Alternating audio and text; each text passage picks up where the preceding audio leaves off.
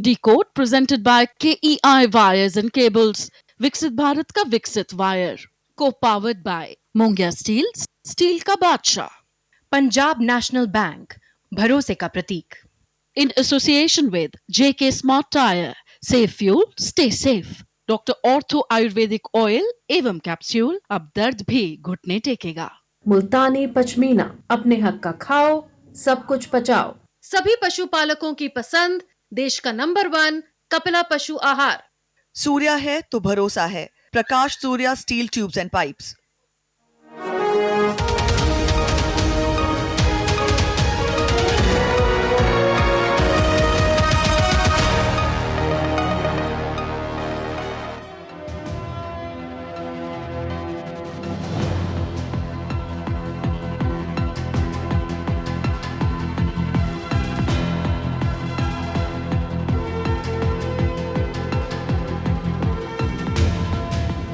नमस्कार, मैं हूं सुधीर चौधरी और डिकोड में आपका स्वागत है। तो आइए आज की खबरों को आपके लिए डिकोड करते हैं।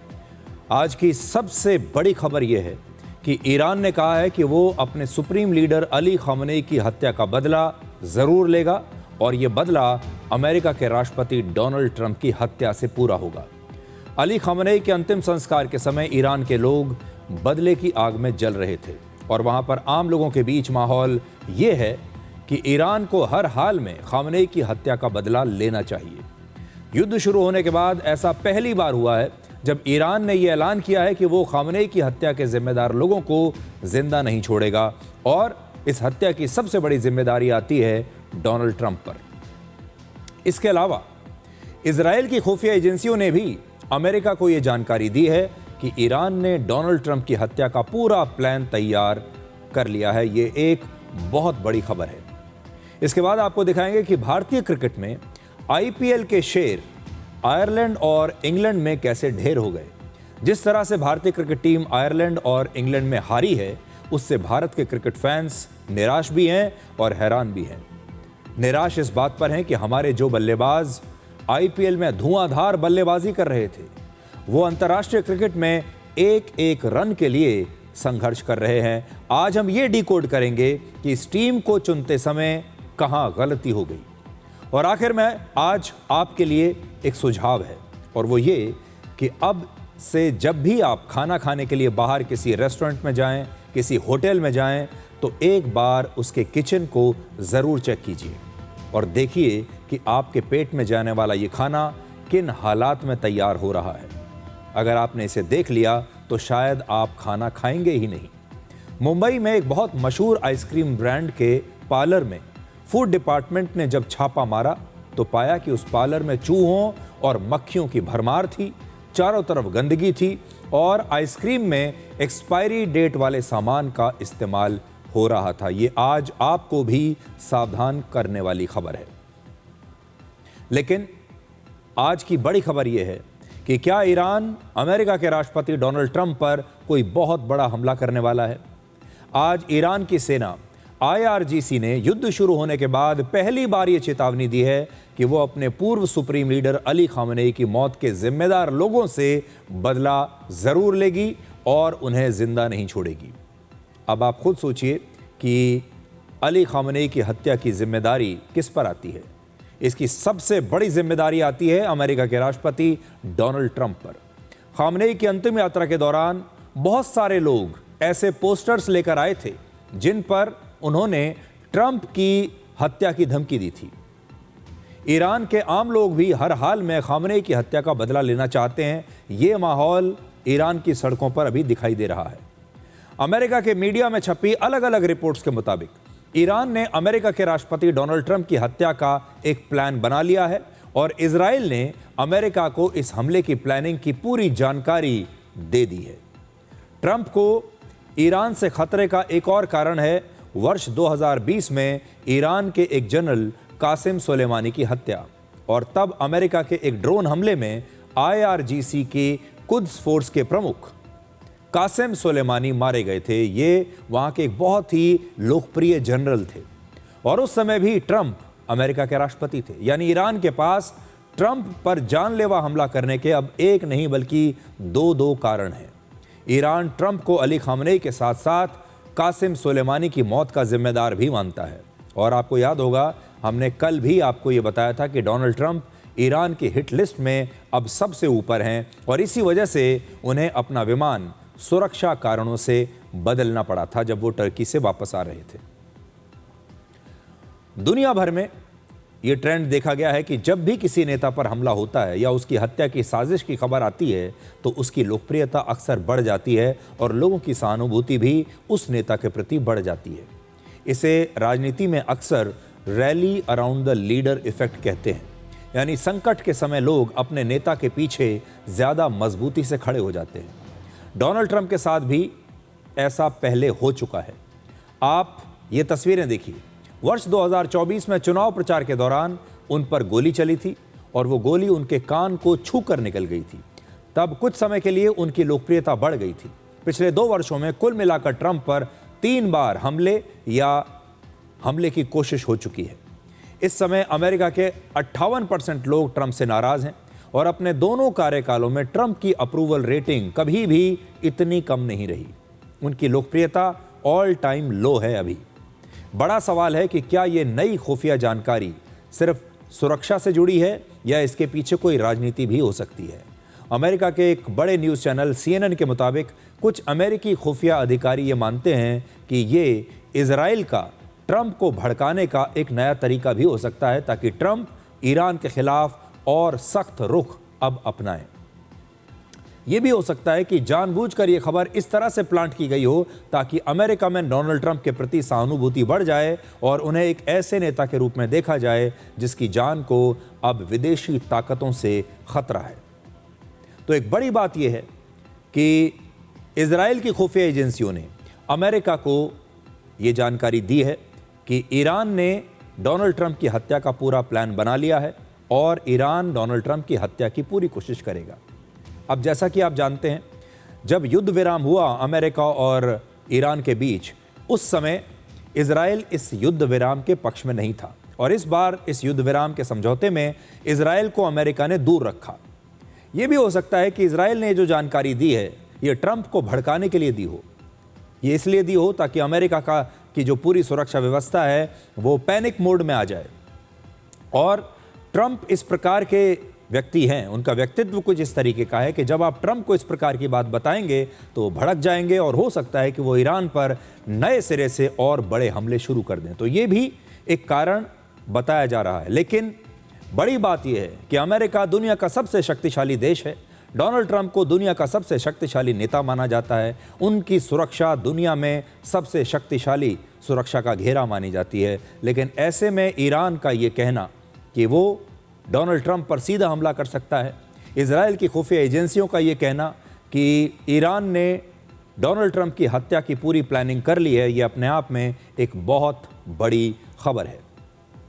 और इस खबर का एक असर जो है वो आपको आने वाले समय में ज़रूर दिखाई देगा। आपको याद होगा अभी अमेरिका जब इजिप्ट गए थे नेटो देशों के सम्मेलन में हिस्सा लेने के लिए, वहाँ से वापस आते समय भी उन्होंने अचानक अपना प्लेन बदल लिया था।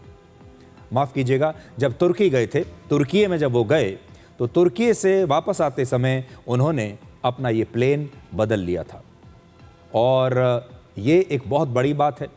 उस समय उन्होंने साफ साफ ये नहीं कहा था कि उन्होंने अपना प्लेन क्यों बदला, लेकिन उन्होंने अपने पुराने एयरफोर्स 1 प्लेन को इस्तेमाल किया और कतर ने जो उन्हें नया प्लेन दिया था उसका इस्तेमाल अमेरिका के राष्ट्रपति ने उस समय नहीं किया था जब वो तुर्की से वापस अमेरिका लौट रहे थे।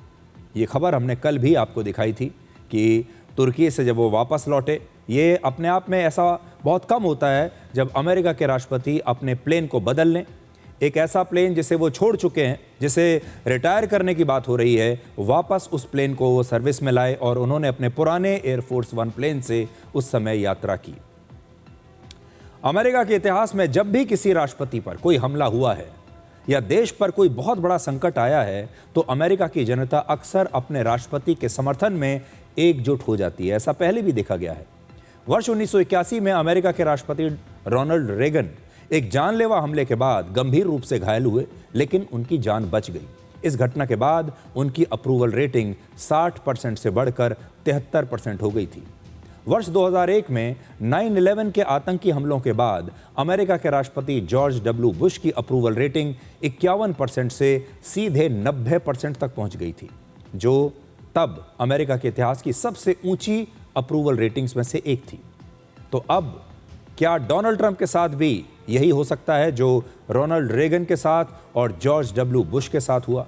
यानी जैसे ही अमेरिका के लोगों को यह बात पता चलेगी कि उनके राष्ट्रपति की जान खतरे में है और एक दूसरा देश अमेरिका के राष्ट्रपति को जान से मारने की प्लानिंग कर रहा है, तो हो सकता है कि अमेरिका की जनता के बीच डोनाल्ड ट्रंप के प्रति एक नई सहानुभूति पैदा हो जाए, उनकी अप्रूवल रेटिंग पहले के मुकाबले ज़्यादा बढ़ जाए। और यह भी हो सकता है कि डोनाल्ड ट्रंप इस समय बड़ी परेशानी में है, उन पर इस युद्ध को रोकने का ज़बरदस्त दबाव है और वो लगातार ये कोशिश कर रहे हैं कि ये युद्ध उन्होंने शुरू तो कर दिया, लेकिन वो इसमें से निकले कैसे, और ईरान उन्हें इस युद्ध में से बाहर निकलने नहीं दे रहा। बड़ी बात यह है। तो ऐसे में ये भी हो सकता है कि ये एक नया एग्जिट प्लान हो कि सारे लोगों का जो ध्यान है वो इस बात पर चला जाएगा कि डोनाल्ड ट्रंप की जान को खतरा है, और इसके बाद डोनाल्ड ट्रंप जो भी फैसला लेते हैं, चाहे वो ईरान पर और बड़े हमले का फैसला होता है या फिर युद्ध विराम का फैसला होता है, उस फैसले को अब लोग एक नई दृष्टि से, एक नए नजरिए से देखेंगे। वैसे ईरान के लोगों के बारे में यह कहा जाता है कि वो बदला लेना कभी नहीं भूलते, चाहे इसमें उन्हें कई महीने लग जाएं, कई साल लग जाएं या कई दशक लग जाएं। ईरान ने अगर ये तय कर लिया कि वो बदला लेगा तो फिर वो बदला लेकर ही छोड़ता है। एक उदाहरण मैं आपके सामने रखता हूं। वर्ष 1989 में ईरान के पहले सुप्रीम लीडर रुहुल्लाह ख़ुमैनी, आपको याद होगा, उस समय ख़ुमैनी ने मशहूर लेखक और उपन्यासकार सलमान रुश्दी को जान से मारने का फतवा जारी किया था। सलमान रुश्दी पर आरोप था कि उन्होंने अपनी किताब द सैटेनिक वर्सेस में इस्लाम का अपमान किया है। ईरान के सुप्रीम लीडर ने यह फतवा जारी कर दिया और इस फतवे के बाद रुश्दी को अपनी जान बचाने के लिए लगभग 20 साल तक छिप कर रहना पड़ा। 20 साल तक वो इस डर के साए में जीते रहे कि ईरान उनकी हत्या कभी भी कर सकता है। इसके बाद रुश्दी कुछ कार्यक्रमों में सार्वजनिक तौर पर दिखाई देने लगे। जब बहुत समय हो गया, 20 साल पुरानी बात हो गई, तो सलमान रुश्दी को यह लगा कि अब तो ईरान के लोग भी भूल चुके होंगे। अब वो धीरे धीरे सार्वजनिक स्थानों पर नजर आने लगे, धीरे धीरे बाहर निकलने लगे। ख़ुमैनी के फतवे के 33 साल बाद अगस्त 2022 में अमेरिका के न्यूयॉर्क शहर में एक शख्स जिसका नाम है हादी मातर, उसने सलमान रुश्दी पर हमला किया और इस हमले में सलमान रुश्दी की जान तो बच गई, लेकिन उनकी दाहिनी आंख की रोशनी हमेशा के लिए चली गई। ये वो व्यक्ति है जिसने फतवे के 32-33 साल बाद सलमान रुश्दी पर हमला किया। सबसे बड़ी बात यह है कि हादी मातर अमेरिका में ही पैदा हुआ था और ख़ुमैनी के विचारों से प्रभावित होकर उसने सलमान रुश्दी पर हमला कर दिया। सलमान रुश्दी ने यह कभी नहीं सोचा होगा कि किसी फतवे की वजह से उन पर 33 साल के बाद भी हमला हो सकता है। और अब सलमान रुश्दी कुछ इस तरह से दिखते हैं जैसे आपकी स्क्रीन पर हैं, क्योंकि उनकी एक आंख खराब हो चुकी है इस हमले की वजह से। तो सलमान रुश्दी को उन्होंने 33 साल के बाद भी छोड़ा नहीं और यह हमला 33 साल के बाद हुआ फतवे के। वैसे ही ट्रंप को भी यह बात बिल्कुल नहीं भूलनी चाहिए। जब तक डोनाल्ड ट्रंप अमेरिका के राष्ट्रपति के पद पर हैं, जब तक वो व्हाइट हाउस में रहते हैं, तब तक उन्हें हर तरह की सुरक्षा मिल रही है। अमेरिका की सीक्रेट सर्विस ये सुनिश्चित करेगी कि ट्रंप तक कोई पहुंच ना सके, कोई गोली ट्रंप को छू ना सके। 24 घंटे उन्हें किसी भी खतरे से बचाने की पूरी तैयारी रहती है।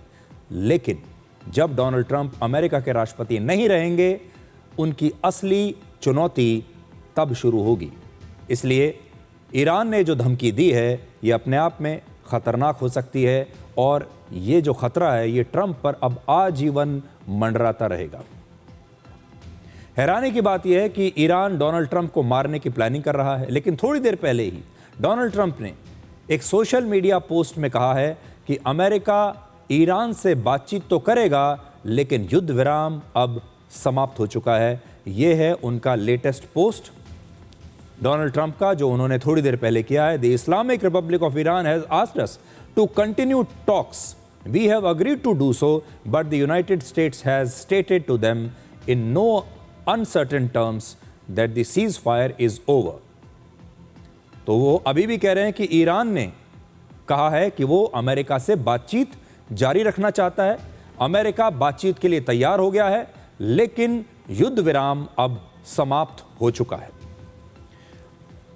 अमेरिका ने अली खामनेई की जिस तरह से हत्या की, उसने पूरे ईरान को एकजुट कर दिया है और यही ट्रंप पर खतरे की सबसे बड़ी वजह है। ईरान के पूर्व सुप्रीम लीडर अली खामनेई की 6 दिनों की अंतिम यात्रा में लगभग 4 करोड़ 30 लाख लोग शामिल हुए हैं। 4 करोड़ 30 लाख। ईरान का दावा है कि खामनेई की अंतिम यात्रा इतिहास की सबसे बड़ी अंतिम यात्रा है आज तक की। ईरान की 9 करोड़ की आबादी है और इराक की लगभग 4 करोड़ 70 लाख की आबादी है, और इन दोनों देशों को मिलाकर करोड़ों लोगों का इस अंतिम यात्रा में शामिल होना एक बहुत बड़ी बात है। आप सोचिए, अगर ईरान की आबादी 9 करोड़ है और ईरान के लगभग 4 करोड़ लोग उस अंतिम यात्रा में शामिल हो रहे हैं, तो सोचिए लगभग आधी आबादी, या सोच लीजिए कि 40% आबादी ईरान की ऐसी है जो अली खामनेई को श्रद्धांजलि देने के लिए पहुंची है। यह अपने आप में खामनेई की लोकप्रियता को दिखाता है। आप इन तस्वीरों को देखिए, ऐसा लग रहा है जैसे यहां ईरान की जनता का महासागर उमड़ आया है।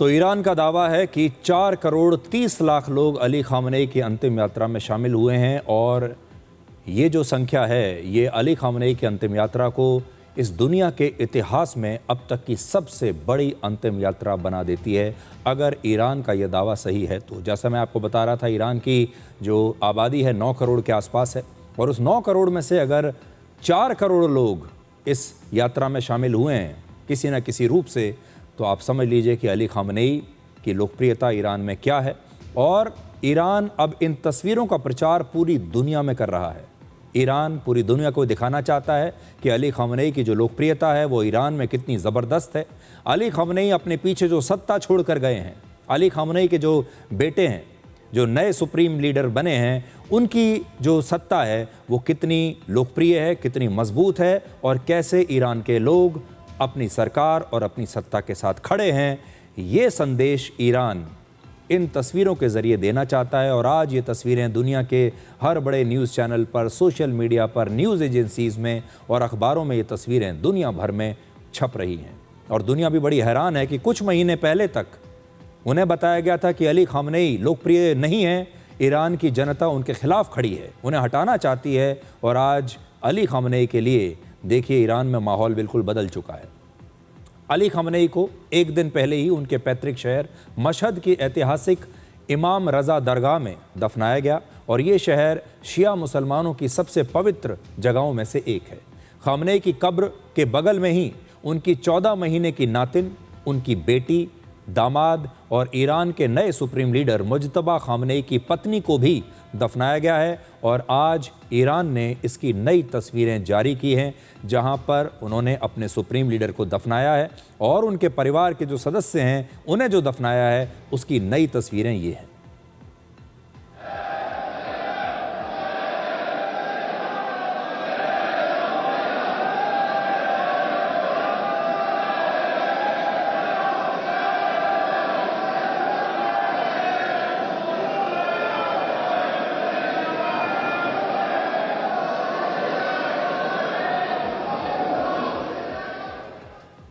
अब आपके लिए एक और नई खबर यह है कि ईरान के नए सुप्रीम लीडर 56 वर्ष के मुज्तबा खामनेई पहली बार 11 जुलाई को ईरान के कोम शहर में एक शोक सभा में दिखाई दे सकते हैं। सार्वजनिक रूप से पहली बार उनकी ये अपीयरेंस होगी। इस शोक सभा में मुज्तबा खामनेई के पिता और ईरान के पूर्व सुप्रीम लीडर अली खामनेई को श्रद्धांजलि दी जाएगी। 28 फरवरी को युद्ध शुरू होने के बाद से मुज्तबा खामनेई एक बार भी सार्वजनिक रूप से दिखाई नहीं दिए, किसी ने उन्हें देखा नहीं। और इस समय पूरी दुनिया में इसी बात की चर्चा हो रही है कि मुज्तबा खामनेई आखिर कहाँ है। अब तक ईरान की सरकार ने मुज्तबा की कोई तस्वीर, कोई वीडियो, यहाँ तक कि ऑडियो भी जारी नहीं किया है। अगर वो इस शोक सभा में आते हैं तो सुप्रीम लीडर बनने के बाद से ये उनका पहला सार्वजनिक कार्यक्रम होगा। ये दावा ईरान का मीडिया कर रहा है, लेकिन अभी तक ईरान की सरकार ने इस पर कोई औपचारिक बयान नहीं दिया है। लेकिन सवाल अब भी वही है कि जब मुज्तबा अपने पिता की अंतिम यात्रा और जनाजे में शामिल नहीं हुए, जिस दिन उनका अंतिम संस्कार हो रहा था, दफनाया जा रहा था, यानी कल, उसमें भी वो शामिल नहीं हुए, तो फिर अब वो इस शोक सभा में इतनी देर से क्यों आ रहे हैं? मार्च के महीने में मुज्तबा खामनेई को ईरान का नया सुप्रीम लीडर चुना गया था क्योंकि 28 फरवरी को अमेरिका के हमले में उनके पिता अली खामनेई की मौत हो गई थी। अब दावा है कि इसी हमले में मुज्तबा भी गंभीर रूप से घायल हो गए थे। अमेरिका ने ऐसा दावा किया था कि उन्हें बहुत गंभीर चोटें आई हैं, उनके चेहरे और हाथ पैर में गंभीर चोटें हैं और वो अब भी अपना इलाज कहीं पर अज्ञात जगह पर करा रहे हैं। ईरान को आशंका है कि अगर मुज्तबा खामनेई सार्वजनिक रूप से सामने आते हैं तो उन पर दोबारा भी हमला हो सकता है और इसीलिए उनकी लोकेशन को सीक्रेट रखा गया है। कोई नहीं जानता कि वो कहाँ है। इस शोक सभा को ईरान की नई सत्ता का शक्ति प्रदर्शन भी आप कह सकते हैं। ये पूरी दुनिया के लिए एक संदेश होगा कि ईरान में सत्ता अब नए सुप्रीम लीडर के पास है और सत्ता में जो सत्ता का प्रभाव पहले था, जो ताकत इस सत्ता के पास पहले थी, वो आज भी है। अगर मुज्तबा खामनेई पहली बार सार्वजनिक रूप से नजर आते हैं तो इससे उनके नेतृत्व को और ज़्यादा मजबूती मिलेगी। लेकिन अगर वो नहीं आए तो उनके स्वास्थ्य और उनके नेतृत्व को लेकर जो अटकलें चल रही हैं, ये अटकलें ऐसे ही चलती रहेंगी या फिर हो सकता है कि और तेज़ भी हो जाए। थोड़ी देर पहले मैंने आपसे तुर्की के बारे में बात की थी। तुर्की में नेटो देशों का सम्मेलन हुआ था, जहां से लौटते समय अमेरिका के राष्ट्रपति डोनाल्ड ट्रंप ने अपने विमान को बदल लिया था सुरक्षा कारणों से। लेकिन तुर्की अब एक और चीज़ के लिए चर्चा में है। तुर्की उस सरप्राइज़ गिफ्ट को लेकर चर्चा में है जो सरप्राइज़ गिफ्ट तुर्की ने पूरी दुनिया के नेताओं को दिया, नेटो देशों के नेताओं को दिया। नेटो सम्मेलन खत्म होने के बाद तुर्की ने वहां मौजूद सभी राष्ट्राध्यक्षों को एक बहुत ही खूबसूरत रिवॉल्वर भेंट की, जिसकी तस्वीर इस समय आप देख रहे हैं। ये वो रिवॉल्वर है जो नेटो समिट में आने वाले तमाम राष्ट्राध्यक्षों को तुर्की की तरफ से गिफ्ट में दी गई। अब वैसे तो ये बड़ा अजीब सा गिफ्ट है, लोग तोहफे में बहुत सी चीजें देते हैं, लेकिन रिवॉल्वर तोहफे में बहुत कम देखी गई है। और इस समय सबसे ज्यादा चर्चा इसी रिवॉल्वर की हो रही है कि तुर्की ने अपने मेहमानों को ये रिवॉल्वर क्यों दी और इसके पीछे क्या कारण हो सकता है। पहले आप तस्वीरें देखिए।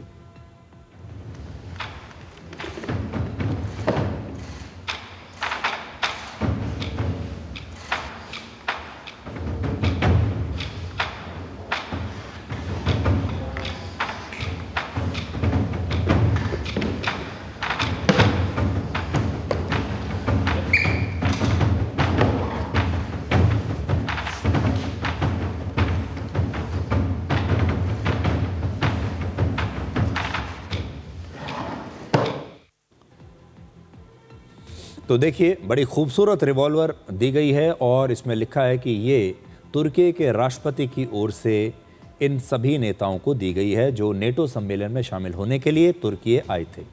इस हफ्ते तुर्की में 7 और 8 जुलाई को नेटो का शिखर सम्मेलन हुआ था।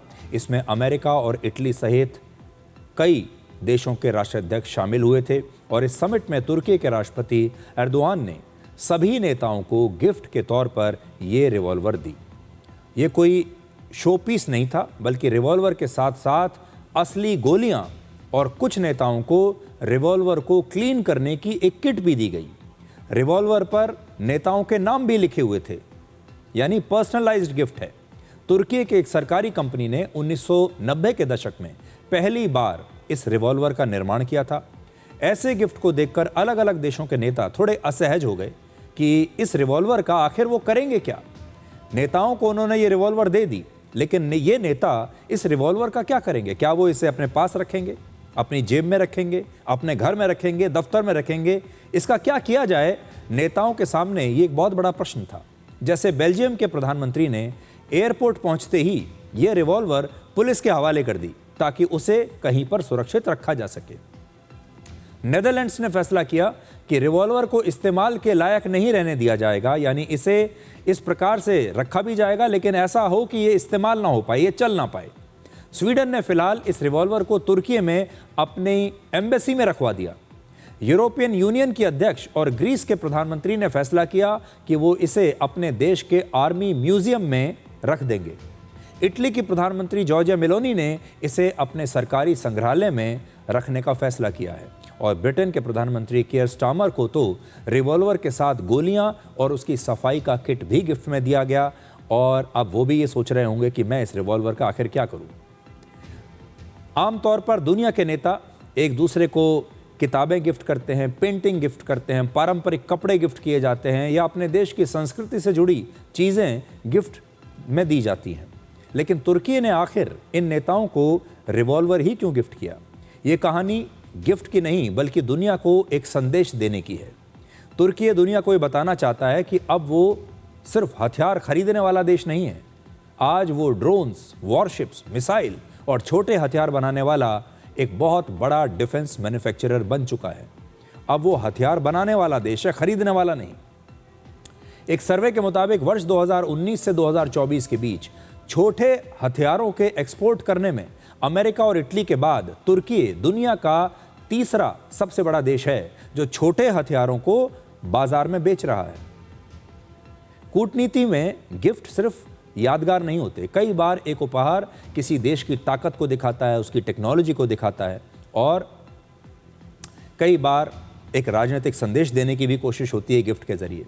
इससे पहले भी दुनिया भर में ऐसे ही अजीबोगरीब गिफ्ट कई बार दिए जा चुके हैं। जैसे वर्ष 1972 में चीन के नेता माओ त्से तुंग ने अमेरिका के राष्ट्रपति रिचर्ड निक्सन को 2 पांडा उपहार में दिए थे। ये उपहार दोनों देशों के बीच दोस्ती और नए रिश्तों की शुरुआत करने का प्रतीक बना। उस समय इसे चीन की पांडा डिप्लोमेसी कहा गया था। ऐसे ही 1943 में ब्रिटेन के प्रधानमंत्री विंस्टन चर्चिल ने सोवियत संघ के नेता जोसेफ स्टालिन को एक खास तलवार गिफ्ट में दी थी। ये सोवियत सैनिकों की बहादुरी के सम्मान में बनाई गई थी। वर्ष 2018 में फ्रांस के राष्ट्रपति इमैनुअल मैक्रों ने चीन के राष्ट्रपति शी जिनपिंग को एक घोड़ा उपहार में दिया था। 2018 में ही उत्तर कोरिया के नेता किम जोंग उन ने दक्षिण कोरिया के राष्ट्रपति को 2 दुर्लभ नस्ल के कुत्ते गिफ्ट में दिए थे और ये उपहार दोनों देशों के बीच शांति और मेल मिलाप का संदेश था। 1880 में ब्रिटेन की महारानी विक्टोरिया ने अमेरिका के राष्ट्रपति को एक खास लकड़ी की टेबल गिफ्ट में दी थी और आज भी व्हाइट हाउस के ओवल ऑफिस में अमेरिकी राष्ट्रपति की आधिकारिक टेबल के रूप में इसका इस्तेमाल होता है। लेकिन ये जो रिवॉल्वर माफ कीजिएगा, ये जो रिवॉल्वर दी गई है इस समय तुर्की के राष्ट्रपति की तरफ से, यहाँ पर तुर्की इन सारे देशों को ये बताना चाहता है कि रक्षा के मामले में, हथियारों के मामले में तुर्की अब बहुत आगे निकल चुका है। तुर्की ख़ास तौर पर जो छोटे हथियार हैं उनका एक बहुत बड़ा मैन्युफैक्चरर है और ये संदेश वो बाकी के नेटो देशों को देना चाहता था कि भाई अब हम भी डिफेंस सेक्टर में बहुत आगे निकल आए हैं और आप जब हमें याद करें तो एक ऐसे देश के रूप में याद करें जो कि हथियार बनाने वाला देश है। ये छाप तुर्की के राष्ट्रपति नेटो देशों के बाकी नेताओं के मन पर छोड़ना चाहते थे। अब आपको दिखाते हैं कि कैसे आईपीएल के शेर अंतर्राष्ट्रीय क्रिकेट में ढेर हो गए।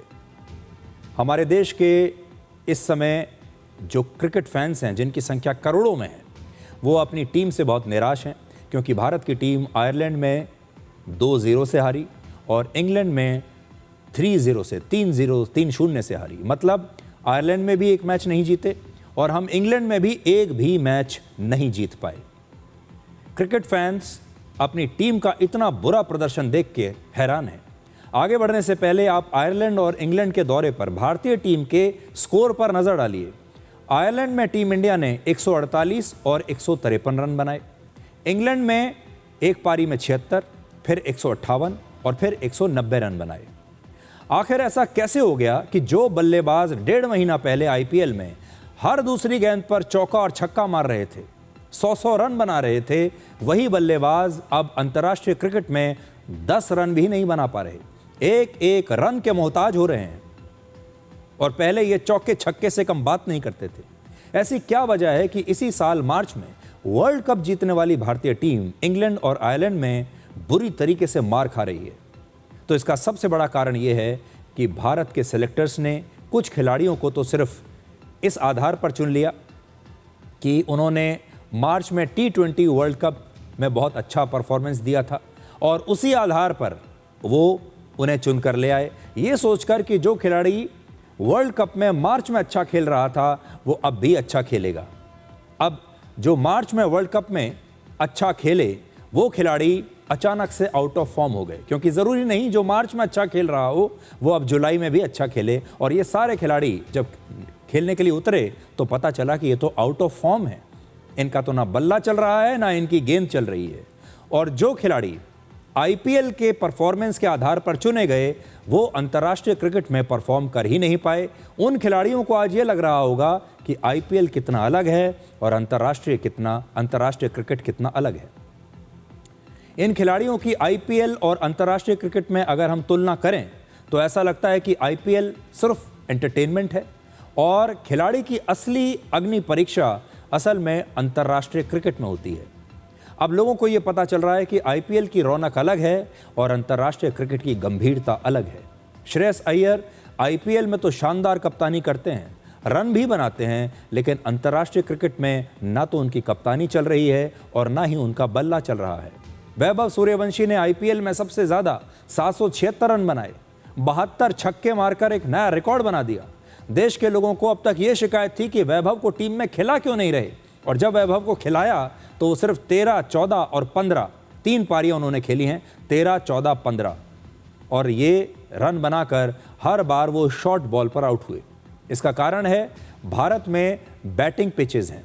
भारत की जो पिच हैं, विकेट्स हैं, वो बैट्समैन को फेवर करती है और इंग्लैंड और आयरलैंड में जो पिच हैं वो फास्ट हैं, बाउंसी हैं, जहां पर बॉल बाउंस करती है, स्विंग करती है, तेजी से आती है बैट पर। ऐसी पिच पर आप आईपीएल की तरह हर बॉल पर चौका या छक्का नहीं मार सकते।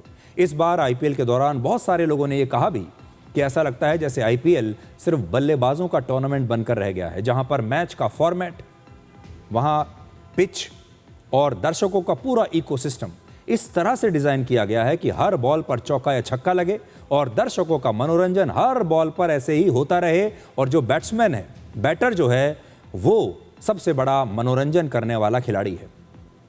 पूरा फॉर्मेट इस तरीके से तैयार किया गया है कि जो बैटर है वो लगातार चौका छक्का मारता रहे। आईपीएल में इस बार 20 ओवर का स्कोर 265 रन तक चला गया और 200 रन का स्कोर भी अब सुरक्षित नहीं रहा। इस बार 200 या उससे ज्यादा रन के लक्ष्य को 17 बार सफलतापूर्वक चेज किया गया आईपीएल में। आईपीएल का मतलब है सिर्फ एंटरटेनमेंट, और कई बार ऐसा लगता था कि गेंदबाज सिर्फ पिटने के लिए ही आईपीएल के मैदान में उतरे हैं। लेकिन अंतर्राष्ट्रीय मैचों में सीरियस क्रिकेट खेलना होता है। वैसे खराब फॉर्म के लिए सिर्फ आईपीएल को जिम्मेदार नहीं ठहराया जा सकता। भारतीय क्रिकेट टीम के लिए सबसे जरूरी है एंटरटेनमेंट और एक्सीलेंस के बीच संतुलन बनाना। आईपीएल भारत को स्टार क्रिकेटर्स देता है, लेकिन इंटरनेशनल क्रिकेट ही ये तय करता है कि ये जो स्टार क्रिकेटर्स हैं वो कितने अच्छे और भरोसेमंद खिलाड़ी हैं। तो ये एक बहुत बड़ी बात है। आज लोगों को ये समझ में आ रहा होगा कि आईपीएल क्या है, और अंतर्राष्ट्रीय क्रिकेट में आयरलैंड जैसी टीम से भी भारत की टीम हार रही है। इंग्लैंड में एक मैच भारत की टीम नहीं जीत पाई, और ये वो लोग हैं जो आईपीएल में लगातार ज़बरदस्त परफॉर्मेंस करते चले जा रहे थे। अब आपको ये समझ में आया होगा कि आईपीएल को हमने सिर्फ एंटरटेनमेंट के आसपास इर्द गिर्द सीमित कर दिया है, और अंतर्राष्ट्रीय क्रिकेट में जो गंभीरता चाहिए होती है, जो कंसिस्टेंसी चाहिए होती है, जो डिसिप्लिन चाहिए होता है, वो इन एंटरटेनिंग खिलाड़ियों में अभी दिखाई नहीं देता। इसलिए भारत की सेलेक्टर्स को और जो भी लोग भारतीय क्रिकेट टीम को इस समय चला रहे हैं, और भारतीय खिलाड़ियों को एक बार फिर से बैक टू बेसिक्स पर जाना होगा, और उन्हें यह समझना होगा कि वो एंटरटेनर्स नहीं हैं, वो एक्टर्स नहीं हैं, वो दर्शकों का मनोरंजन करने के लिए यहाँ पर नहीं आए हैं। वो सीरियस खिलाड़ी हैं और वो एक सीरियस खेल खेल रहे हैं, वो एक सीरियस स्पोर्ट में है। अंतर्राष्ट्रीय क्रिकेट एक सीरियस स्पोर्ट है, उसमें अनुशासन की आवश्यकता है, उसमें स्ट्रैटेजी की आवश्यकता है, उसमें पिच को आपको पहले से पढ़ना होगा, वहाँ की जो कंडीशंस हैं उसमें अपने आप को पहले से ढालना होगा, और ये हर प्रोफेशनल खिलाड़ी के कियारे में आता है। मतलब ये उसकी पहली जिम्मेदारी है, और अगर वो ऐसा नहीं कर पा रहे हैं तो इसका मतलब अभी उनमें कोई कमी रह गई है। ऐसे जो खिलाड़ी हैं ये भारत की पिचेस पर आईपीएल में तो बहुत सफल रह सकते हैं, लेकिन जब ये अंतर्राष्ट्रीय क्रिकेट खेलने के लिए दूसरे देशों में जाएंगे जहां की पिच भारत से अलग हैं, तो वो इसी तरह से एक्सपोज होते रहेंगे। तो ये फर्क है आईपीएल में और अंतर्राष्ट्रीय क्रिकेट में। अब भारतीय क्रिकेट टीम भले ही अपनी फॉर्म में नहीं है, लेकिन ऑस्ट्रेलिया में प्रधानमंत्री मोदी की क्रिकेट डिप्लोमेसी पूरे फॉर्म में है, और ये सुपर हिट रही है। आज प्रधानमंत्री मोदी मेलबर्न क्रिकेट ग्राउंड गए, जो ऑस्ट्रेलिया का सबसे बड़ा और ऐतिहासिक क्रिकेट ग्राउंड और स्टेडियम है। इसी स्टेडियम में दुनिया का पहला टेस्ट मैच और वनडे मैच खेला गया था। वर्ष 1992 और वर्ष 2015 में क्रिकेट वर्ल्ड कप का फाइनल भी इसी स्टेडियम में खेला गया था। और आज प्रधानमंत्री मोदी के साथ ऑस्ट्रेलिया के प्रधानमंत्री एंथनी एल्बनीज और ऑस्ट्रेलिया के पूर्व कप्तान स्टीव वॉ भी यहाँ पर उनके साथ मौजूद थे। अब आप मेलबर्न क्रिकेट ग्राउंड में, आपने यहाँ से क्रिकेट के मैच तो बहुत देखे हैं, लेकिन आज आप देखिए कूटनीति का मैच और राजनीति का मैच।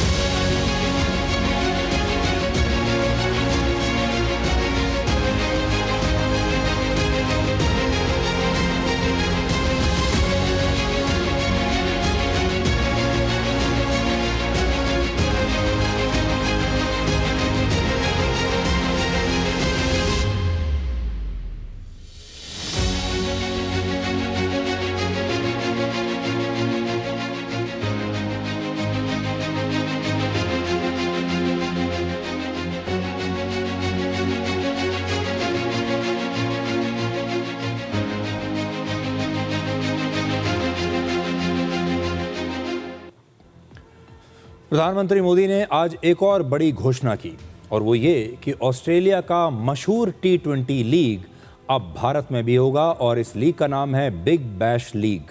ये लीग भारत के IPL की तरह ही होता है और इस साल 12 दिसंबर को इसका पहला मैच चेन्नई में खेला जाएगा। इतिहास में पहली बार ऐसा होगा जब किसी विदेशी फ्रेंचाइजी T20 क्रिकेट लीग का मैच भारत में होगा, किसी दूसरे देश के क्रिकेट लीग का मैच भारत में खेला जाएगा। ये एक नया प्रयोग है।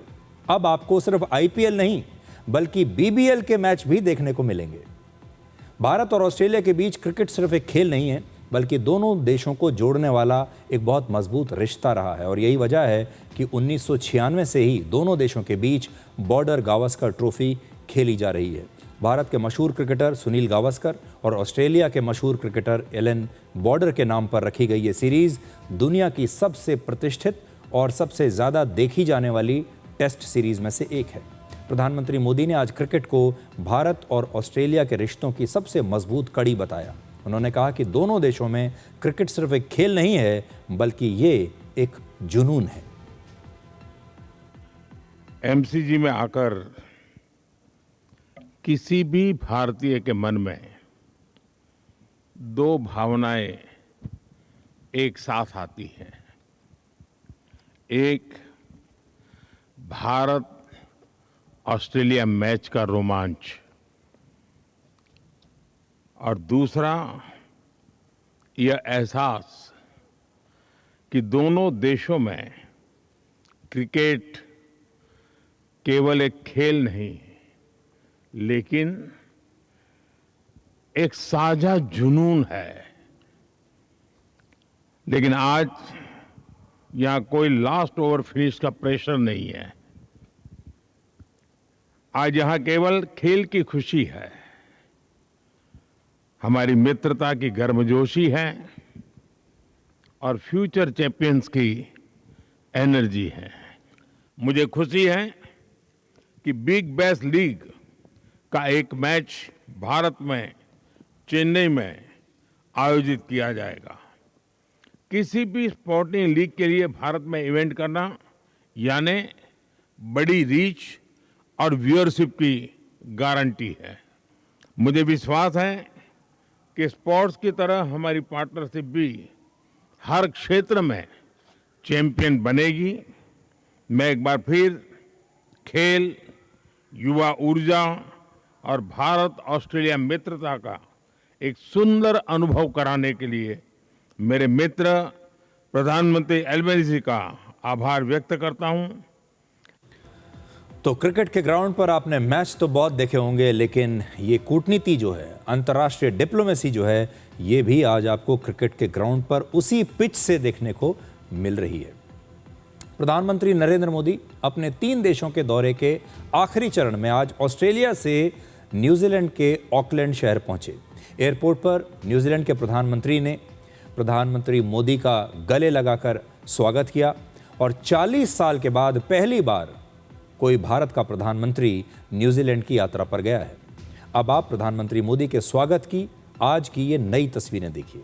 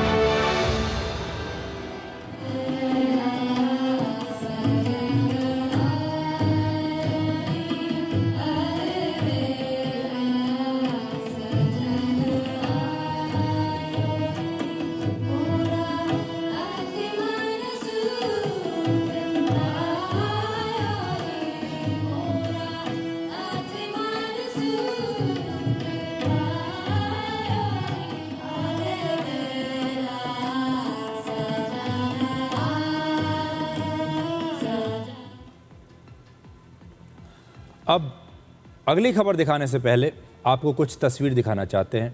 इन तस्वीरों में आप देखेंगे कि आसपास चूहे दौड़ रहे हैं, डस्टबिन कचरे से भरा हुआ है, चारों तरफ सिर्फ मक्खियां हैं और गंदगी है। अब पूरी तस्वीरें आप देखिए।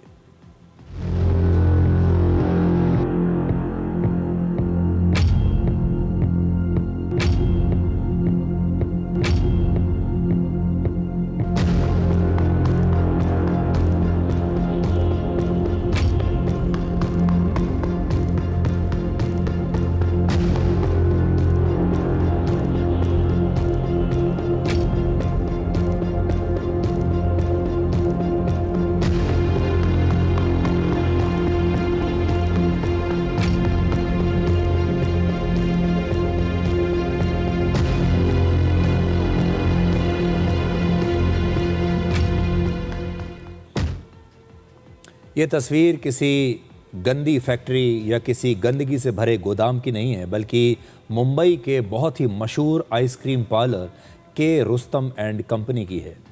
के रुस्तम नाम से मशहूर ये आइसक्रीम पार्लर मुंबई के चर्च गेट रेलवे स्टेशन के पास है और इस हफ्ते महाराष्ट्र सरकार के फूड डिपार्टमेंट ने पूरे राज्य में मिलावटी खाद्य पदार्थों के खिलाफ एक अभियान चलाया था और इसी दौरान यहाँ छापेमारी की गई। 8 जुलाई को जब इस आइसक्रीम पार्लर पर छापा मारा गया तो यहाँ चूहे और मक्खियाँ और चारों तरफ सिर्फ गंदगी मिली।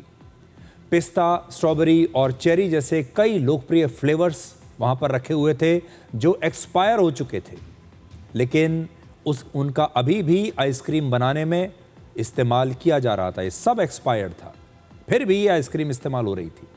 आइसक्रीम सही टेम्परेचर में नहीं रखी गई थी, जिससे आइसक्रीम लगातार ख़राब हो रही थी।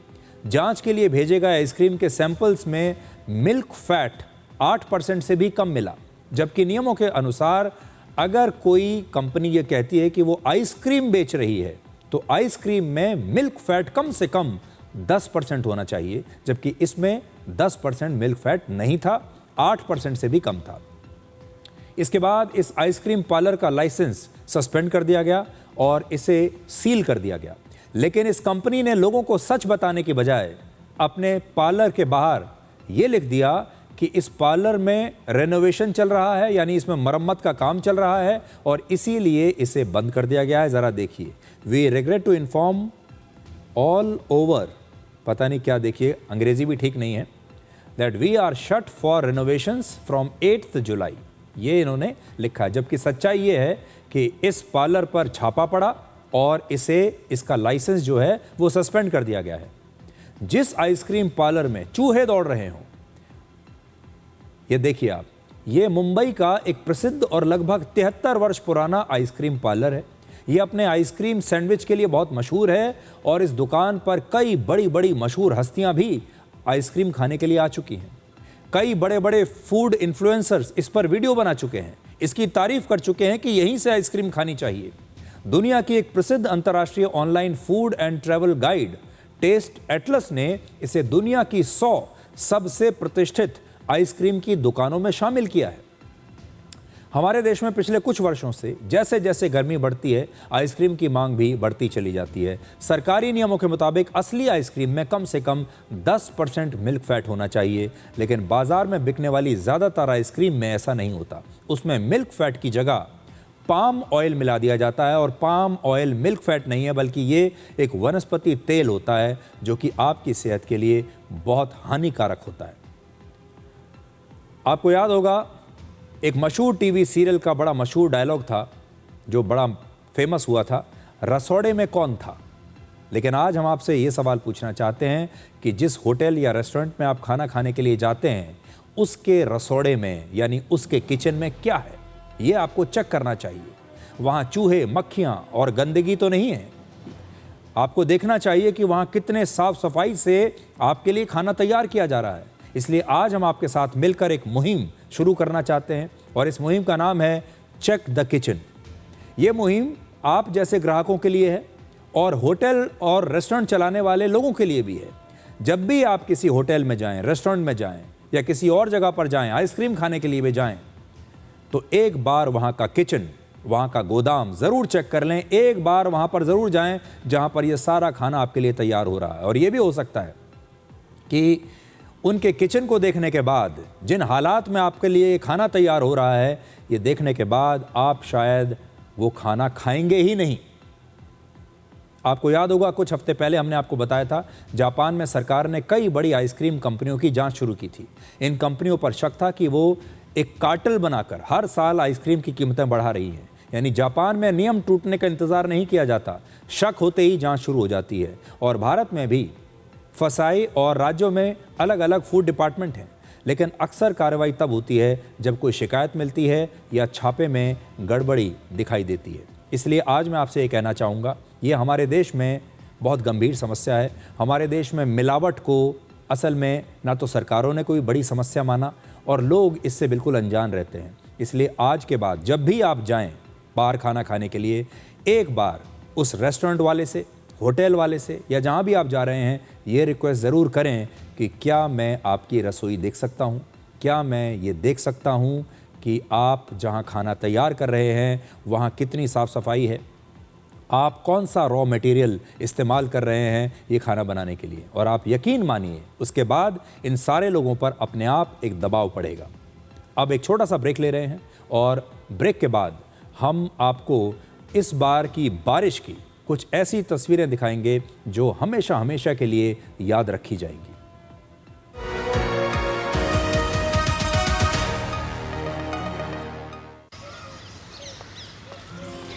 नंदिका, क्या हुआ? शॉर्ट सर्किट हो गया। यहाँ स्पेशलिस्ट की जरूरत है।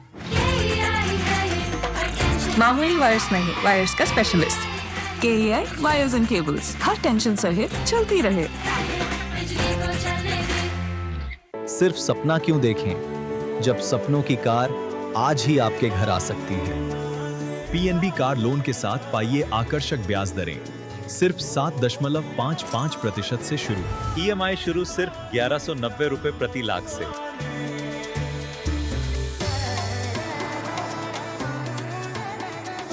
Punjab National Bank, the name you can bank upon. जब हिंदुस्तान मिले हिंदुस्तान से, देश का tyre, JK tyre. PIMR Indore joins India's elite universities, bringing global top 20 standards at a 32 years academic legacy. Learn to lead high quality education in management, commerce and law. अरे कब से समझा रही हूँ, फिर भी आशीर्वाद की क्वालिटी है हाय, फिर मेरा बजट है टाइट। अरे बैग के बाहर QR कोड स्कैन करो, बैग के अंदर यूनिक कोड पाओ और 80 रुपए का कैश बैक ले जाओ। आशीर्वाद शुद्ध चक्की आटा, कैश बैक और क्वालिटी का वादा, लिख के ले लो। टेबल के ऊपर तो जब भी खाते हैं दबा के खाते हैं, ये भाई साहब सब पचा देते। पर दिक्कत तो उन्हें आती है जो टेबल के नीचे से खाते। मुल्तानी पश्मीना, अपने हक का खाओ, सब कुछ पचाओ।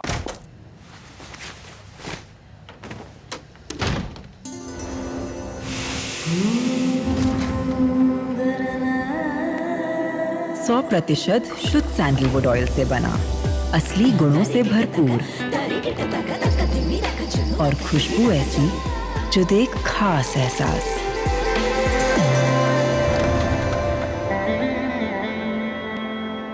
मैसूर सैंडल सोप, मेरा रॉयल ब्यूटी रिचुअल। ये कड़े इम्तिहानों से नहीं डरता, इसे सालों का तजुर्बा है। इसलिए मैं भी सूर्या पाइप्स का फैन हूँ। देश की तरक्की के सच्चे साथी। सूर्या है तो भरोसा है।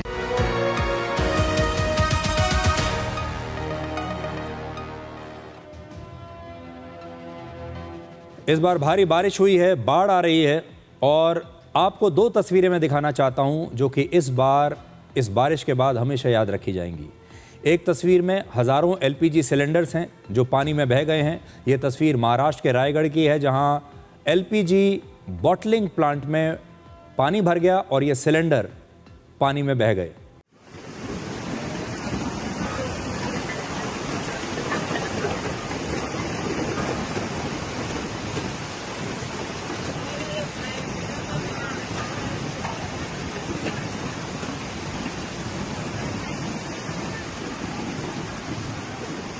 दूसरी तस्वीर आपके सामने है चीन में आए फ्लैश फ्लड की और यहाँ एक स्नेक फार्म में रखे गए सैकड़ों सांप इस बाढ़ के बाद पानी में बह गए, जिसमें कई खतरनाक कोबरा सांप भी हैं और ये सारे जो सांप हैं ये बहने के बाद पानी में इधर उधर फैल गए, जो कि अपने आप में एक नया खतरा बन गए। तो ये दो तस्वीरें हैं इस बार बारिश की। एक है भारत की तस्वीर जहाँ सिलेंडर बह गए हैं, देखिए, और दूसरी है सांप की।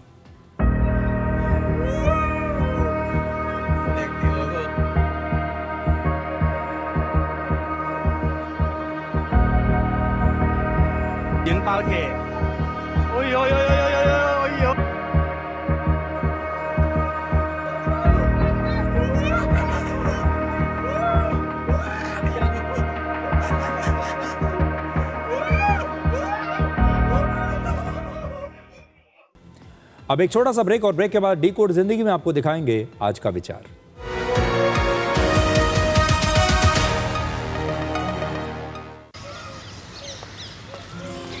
नंदिका, क्या हुआ? शॉर्ट सर्किट हो गया। यहाँ स्पेशलिस्ट की जरूरत है।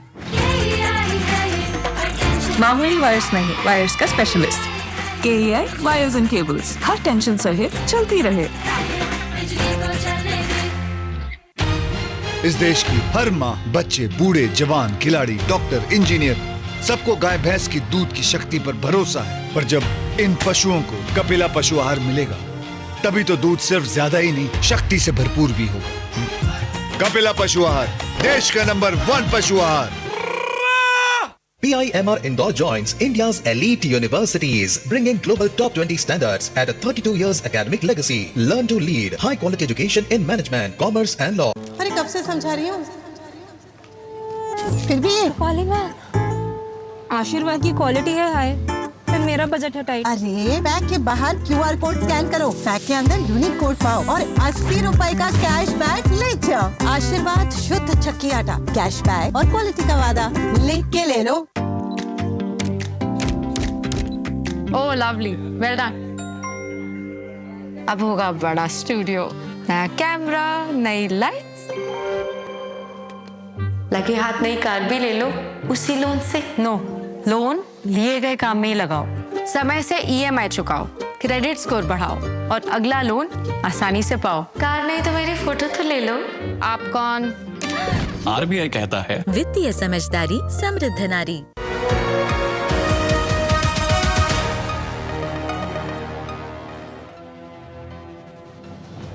तो आज के लिए डिकोड में इतना ही। अब आपसे हमारी अगली मुलाकात होगी कल रात 9 बजे। तब तक आप खुश रहिए, सुरक्षित रहिए, स्वस्थ रहिए।